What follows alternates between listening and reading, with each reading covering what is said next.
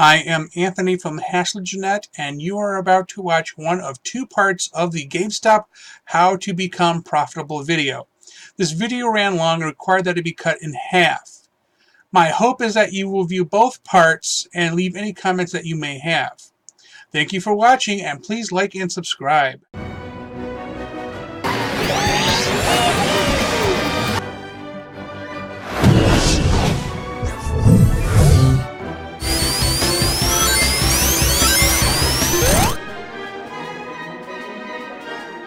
So stop the practices of finalizing non-picked up pre-orders or not adjusting credit with the prices adjusted prior to release.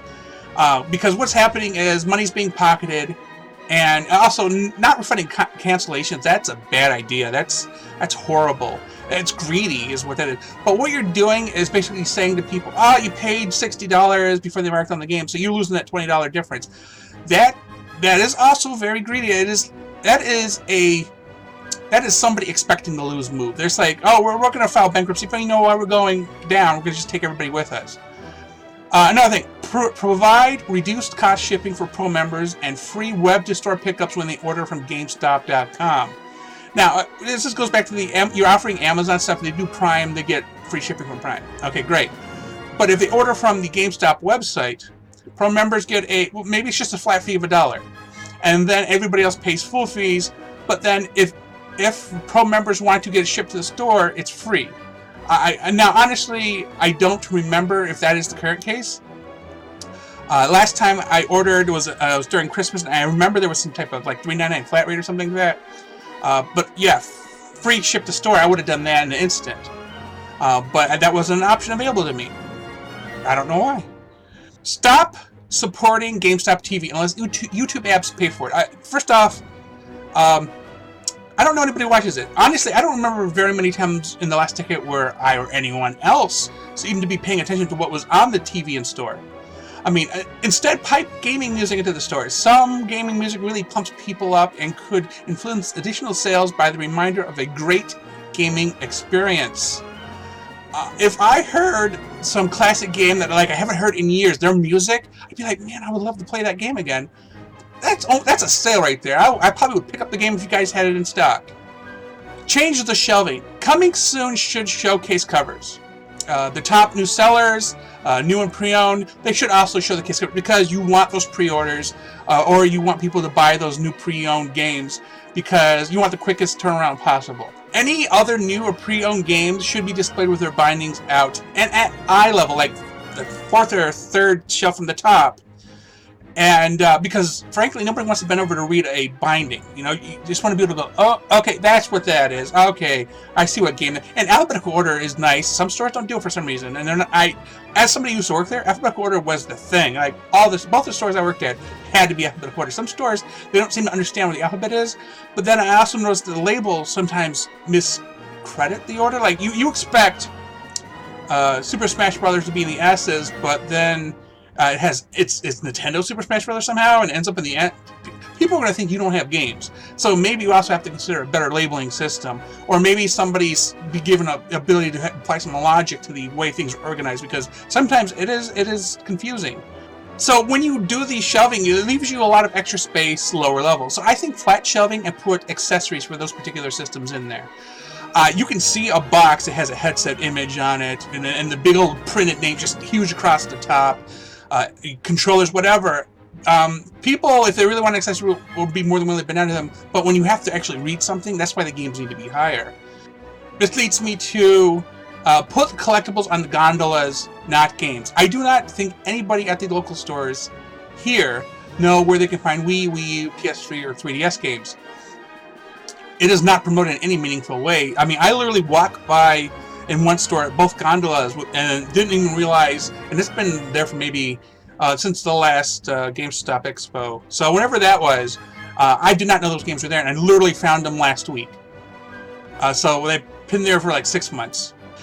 Keep TCG items behind the cash wrap, as they are typically pocket-sized and easy victims of loss. I think most stores already do this. They should be kind of just in, like, next to the cash wrap, so a camera should be on them.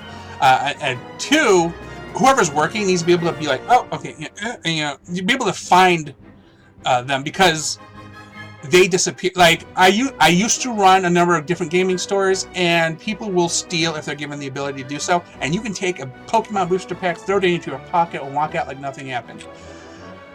Oh, also then, put gift cards and batteries on the cash wrap. Now, I have seen one store does that. What currently is there is not an impulse item. A Deadpool burrito is not an impulse item. I don't even know if that's real food. I think it's a toy. You guys shouldn't be selling food. I mean, that's not the purpose of your store. I mean, it has been at least a decade since I have seen impulse items actually at GameStop, such as Pop and Snacks. I remember it was around the time you guys were Funkoland, or right after, they had Pop Machine, and then they had gum and candy bars on the front of the cash wrap. You really don't need that. What you need is gift cards and batteries. So you don't really need a dedicated gondola for those.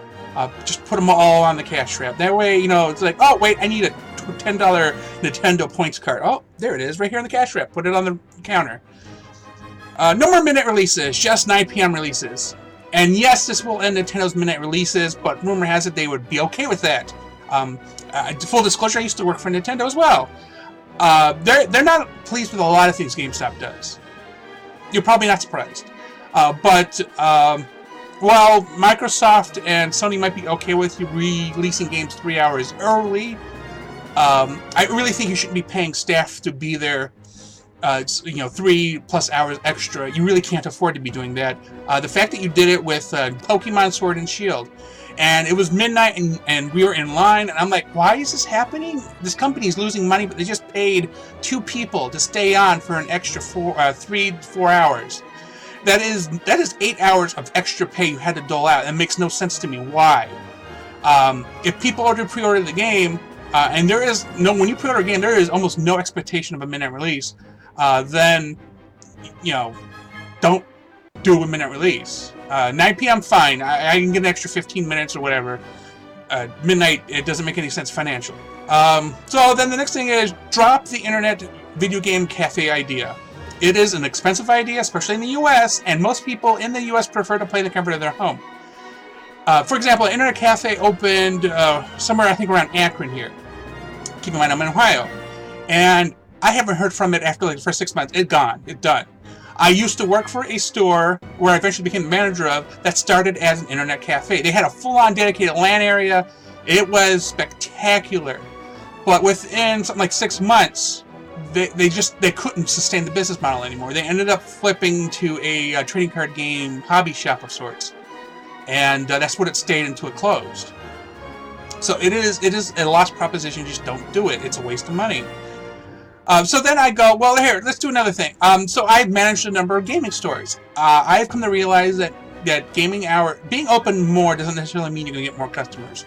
I recommend reducing these store hours from 11 a.m. to 9 p.m. Monday through Saturday, and 1 to 7 p.m. on Sunday. Now you go, well, why later on Sunday? Well, because some people are religious, and a lot of people just sleep in.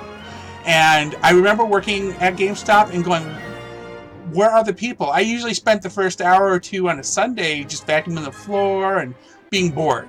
Because when you do everything gets done, and then you start on a Sunday, there is nothing to do. You're basically paying me and perhaps one other person to be there for upwards of 4 paid hours doing nothing. It's a waste of time. So then, as such, you change the staffing hours for only three, all wage. No one's getting salary anymore. You're wasting money with salary. So you change the staff to 3 people: the store leader for 40 hours a week, the assistant store leader for 26 hours a week, and the senior gaming advisor for 16 hours a week. During the holidays, you'll add up to 5 positions for cover hours, but not to overlap. You're basically filling in hours as their schedule allows. And if shorthanded, borrow somebody from another store, this is why I ended up working at 2 GameStops in the first place, because my home store didn't need me for some days, and another store on the other side of the county said, hey, we need somebody. And I was the one I was recommended. My boss said, yeah, go ahead. And then, I worked 2 stores. I was getting there full-time a week, which is great, especially for somebody who is a particularly hard worker like himself, who likes to talk about video games. You'll be surprised how many people game companies hire who know nothing about video games. So there's something wrong with that, okay? So then, So I propose that the store leader work Monday through Friday, 10:45 a.m. to 7:15 p.m. So that's 40 hours right there. They're done. That's the max hours they can get. But they can flex 8 hours between them and the assistant store leader. So it would bump the assistant store leader them down to 32, and then the assistant store leader up to 34, if that happens to be the case, because the store leader had a doctor's appointment or something, or whatever, up to 8 hours, no more than 8 hours. But then the assistant store leader would work Monday through Friday from 5 to 9:15, Saturday from 12:45 to 9:15, and Sunday from 12:45 to 7:15. That's it. These are just examples, by the way. You do what you gotta do. The senior game advisor, let's say Thursday and Friday, 5 p.m. to 9:15, Saturday from 10:45 to 3 p.m., and Sunday from 3 to 5 p.m. That's 14 hours. So it's 80 hours total. And right there, you've already cut some payroll costs. You've gotten rid of obligations of salary. And yes, I do. Now, here's the other kicker. I'm in Ohio. Our minimum wage is probably going to get bumped up to like $11 an hour. And I think right now you're paying like $8.70 for entry level. So you're going to need to cut the costs at some point anyway, and getting rid of salaried employees and allowing a little bit more flexibility in scheduling would be a great help without you having to hire additional people, except during the holidays, of course. So I think all of these ideas that we've come up with are all ones that you should seriously consider. You should really be going and taking a good hard look at them and going, okay, yes, that's exactly what we need to do is this, this. I don't expect you to do everything on this list. But honestly, you should really consider some of these. The tech trade thing is killing your company.